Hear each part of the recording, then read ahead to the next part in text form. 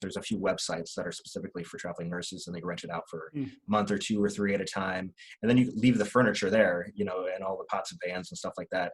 And so that when the market rebounds people actually start traveling again, then you got the same setup, and you can just switch it to Airbnb right then and there. Hello and welcome to Pillars of Wealth Creation, where we talk about creating financial success with a special focus on business and real estate. I'm your host, Todd Dexheimer. Now, let's get to it.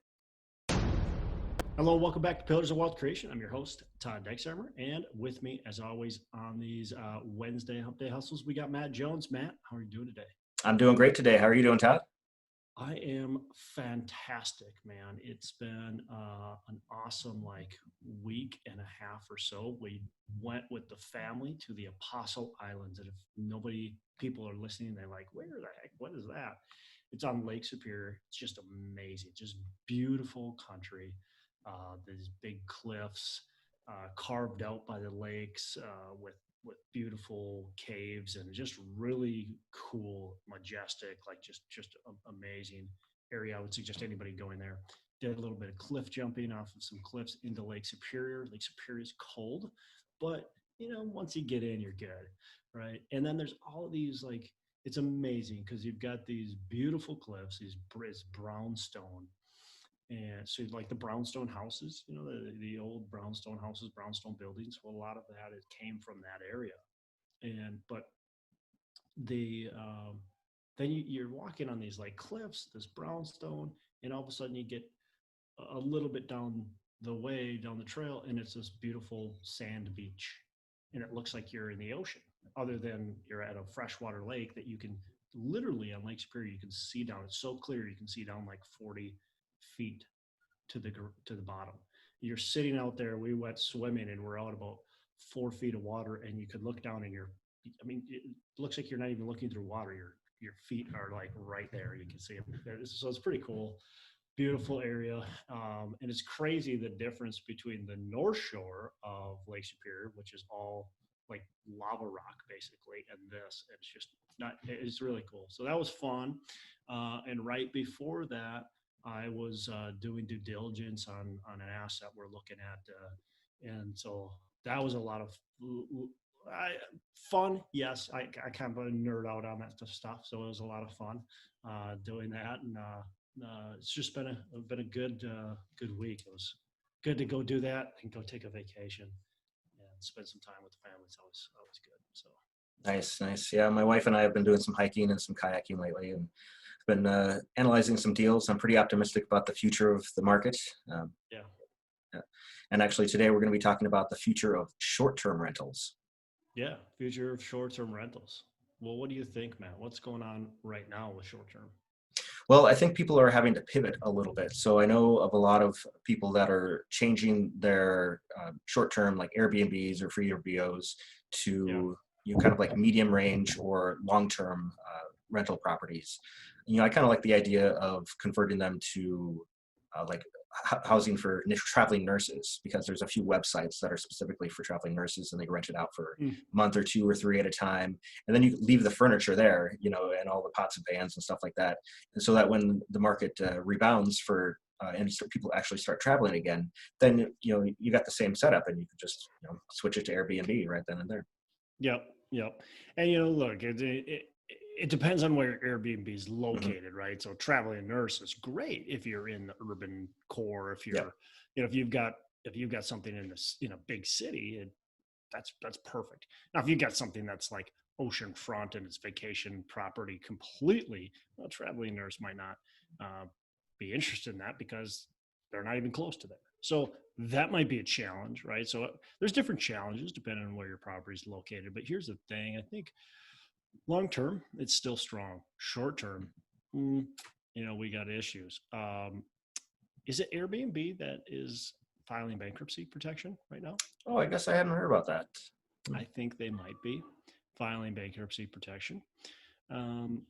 But it doesn't mean short-term rentals will go away, right? VRBO was around a long time before Airbnb, and they're still around. People just think of Airbnb because Airbnb blew the market up, you know, I mean, it just totally took advantage of the lack of what VRBO just wasn't doing that great, right? And then so Airbnb came and they stole the thunder. So it's not like it's going to go away. Um, I think for the most part, you've got, you know, you've got people that want to travel, and you've people are the economy, like we've got, you know, obviously COVID right now going on, and so you've got this business travel that's really been knocked down, but that's urban core. And so you've got other opportunity to fill your Airbnb urban core. You've got the traveling nurses, you've got, you know, long-term corporate or short-term corporate. You've got long-term tenants. You can sell it pretty easy. Okay. So those are, I think, pretty viable options for all of that. But then you've got the vacation. And look, I mean, people want to get away still. People want to go to places where they can go outdoors, where they can go camping, hiking, fishing, kayaking, you know, all that kind of stuff. So people want to get away still. Will it get hit a little bit? Yeah. But I think that is kind of phasing out already, at least from the people that I've talked to. We stayed in Airbnb for 2 nights on our trip, and they're pretty full. Looking at, you know, booking for this winter for skiing, and they're very full already. So people are still getting out. People are, I think, almost more active if you've got a setting, an area that has outdoor activities, right?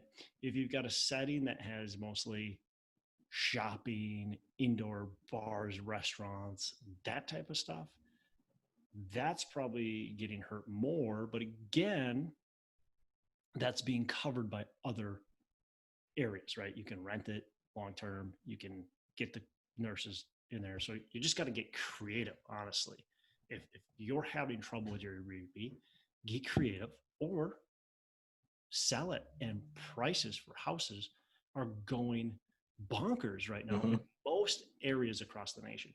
So I think for the most part, it's still a pretty solid deal. Yeah, I mean, it's a great time to sell single family houses. There's just not much on the market, so the demand is still stronger than the supply. So you can get great prices. But I mean, if you want to stay in the Airbnb or short-term rental business, you know, if you can hold off, just have a few, uh, you know, rentals here and there to cover mortgages and expenses and stuff, or switch to, you know, semi longer term rental housing for the time being. That way you can hold on to it and then you can ride this out. But like you say, it's already starting to come back. So you know, you know, it's pretty optimistic. It'll take probably a year or two at least before it comes to, you know, where it was before COVID, I think, but it's going to get there. Hi, I'm Matt Jones, and if you're like me, you're looking to grow your real estate business while connecting with others. There's this incredible new virtual experience unlike any other. I'm talking about the North Star Real Estate Conference. It's coming to you online this October 22nd and 23rd, and it's not like one of those boring webinars you find all the time out there. No, this is going to be interactive. You're going to have the opportunity to network and grow relationships with not only the other attendees, but with the speakers as well. So you can sign up today online at nreconference.com and use the code DEX, DEX, for $50 off. Yeah, and of course it's all localized, right? And when we look Yep. at, I was just looking at unemployment rate today, and I was looking at, I think it's Utah that leads the nation, and they're at like 4% unemployment rate.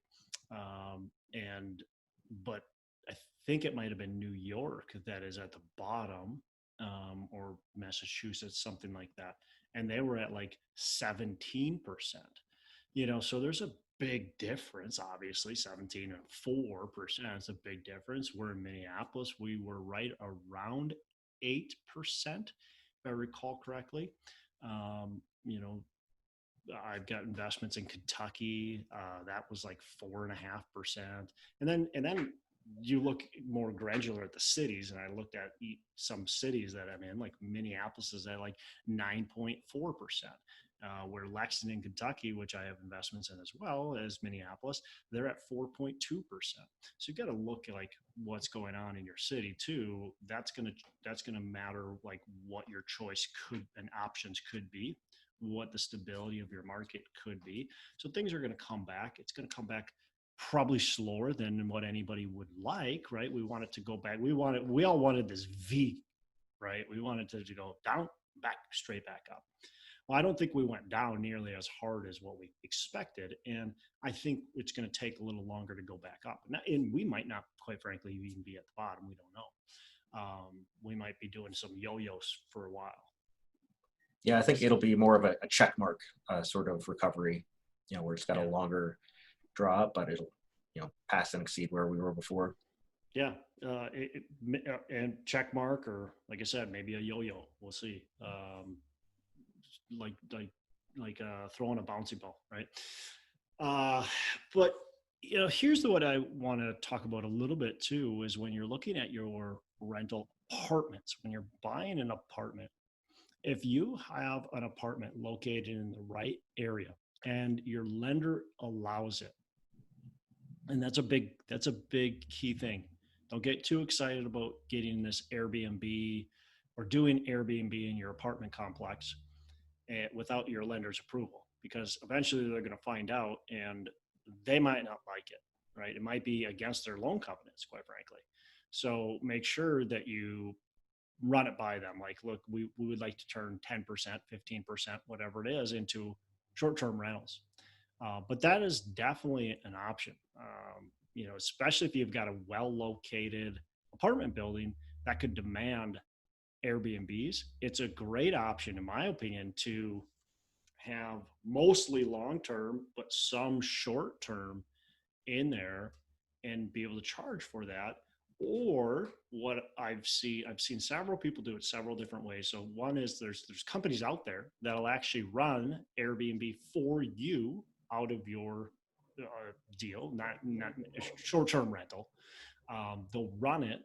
The same thing with corporate rental. They'll run it for you. They'll maybe take 1 or 2 floors. They'll maybe take 1 or 2 buildings, and they'll run it for you. And they get, of course, profit, and you get profit.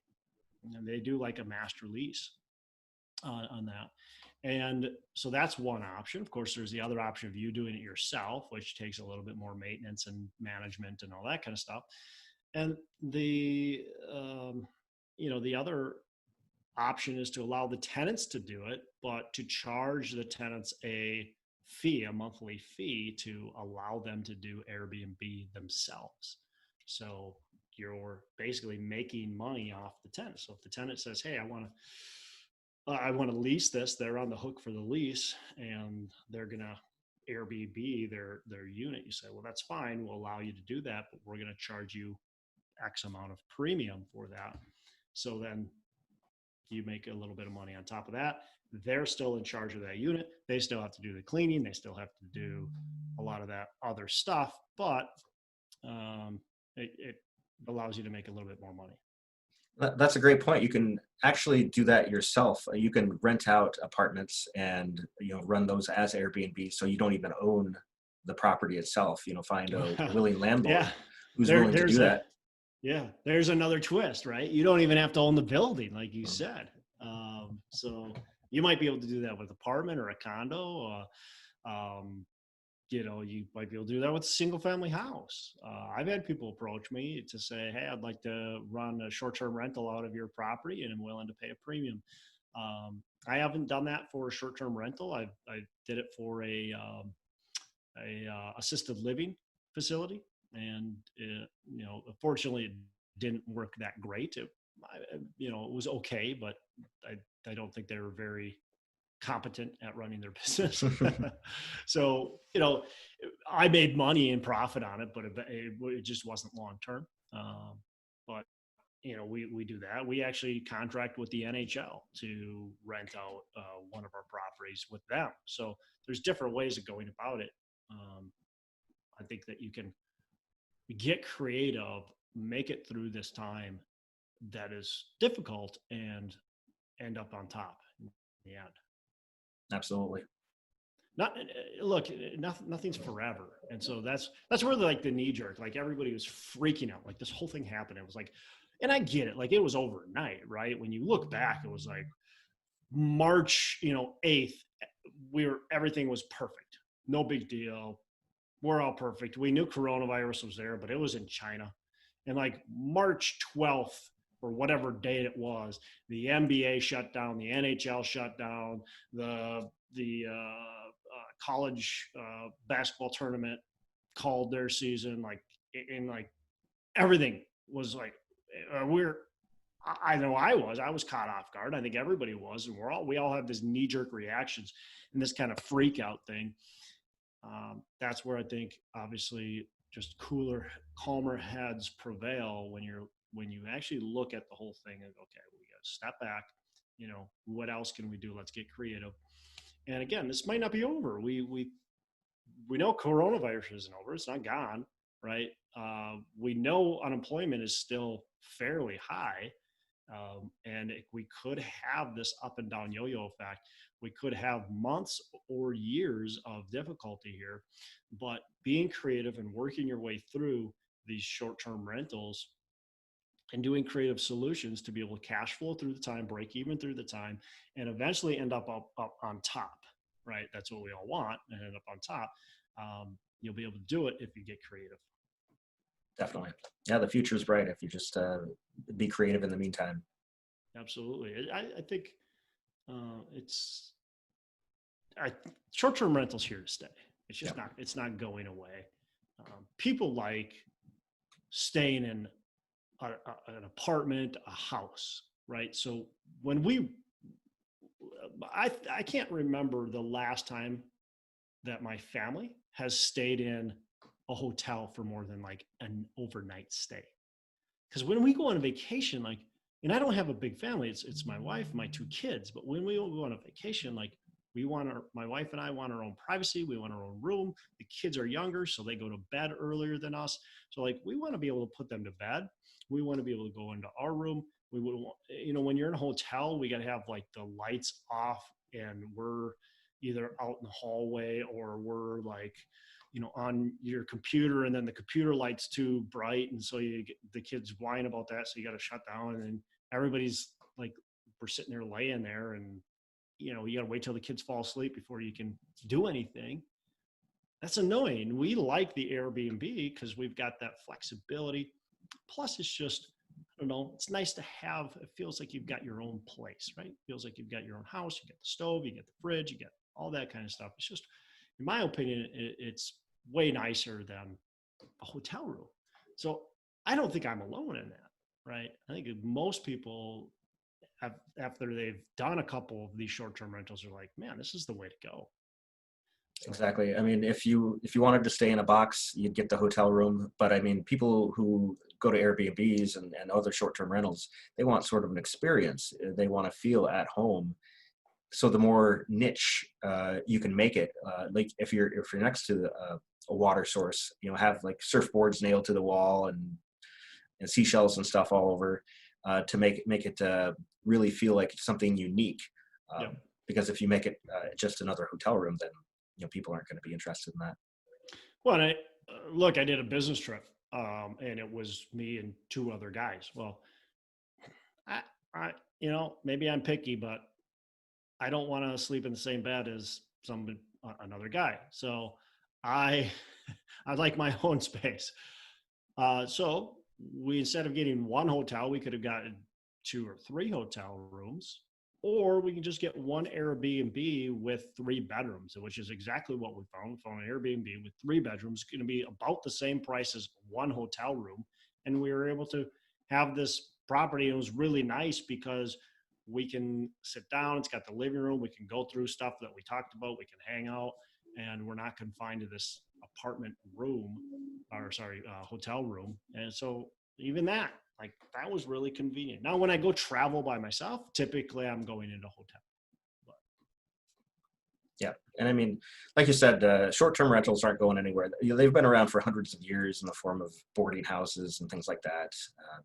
So don't worry They've about just them being eliminated. exploded as of lately. Yeah. You know, and I think that people are nervous, obviously, and for good reason, because travel is way down. The airports have been empty. And so I think there's good reason to be nervous. But again, get creative, figure out how you can make it through, turn it into long term, turn it into corporate, turn it into, you know, start attracting other people and make it through this time and end up on top. Because the last thing you want to do is you got it all set up for short-term rental. You've got the furniture, you've got a great location, you were doing really well. Now this hits and now you're doing poor and you freak out, you sell it, and then a year, 2 years later, you'd be like, oh man, I should have kept that because look at what's happening now. Yep, exactly. So I think there's also going to be this, this like travel. People haven't been flying. People haven't been traveling. I think there's going to be this, like, we want to get back out, and you're going to see this big boom, big travel boom. And it might be a while, right? But you're going to see a travel boom. I think there's no way around it. Yep, I'll be participating in that as well. So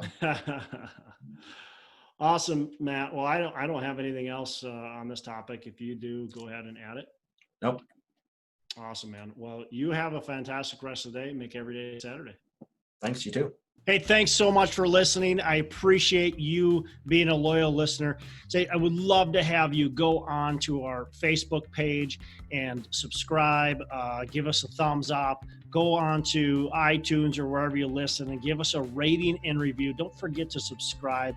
Your rating and review just helps us push this out to more and more people and continue to grow our audience and hopefully positively affect a ton of people out there that really need this and want this. So the other thing I've got for you is a free ebook on my website. So go on to venturedproperties.com, and download our free ebook on real estate and on syndication. And I've got some data points in there, some really good stuff for you. So I'd love to have you take a look at that. It's free. I'm not expecting anything from it. And also, look, if you want some help in multifamily, want some help learning, growing, getting your business off the ground, I would love to talk to you about what it would look like to work with me potentially and see if that's a good fit. So you can go to coachwithdex.com and check that out, and we can definitely have a call. Thanks a lot for listening. You make it a fantastic rest of the day. I'll catch you on the next episode.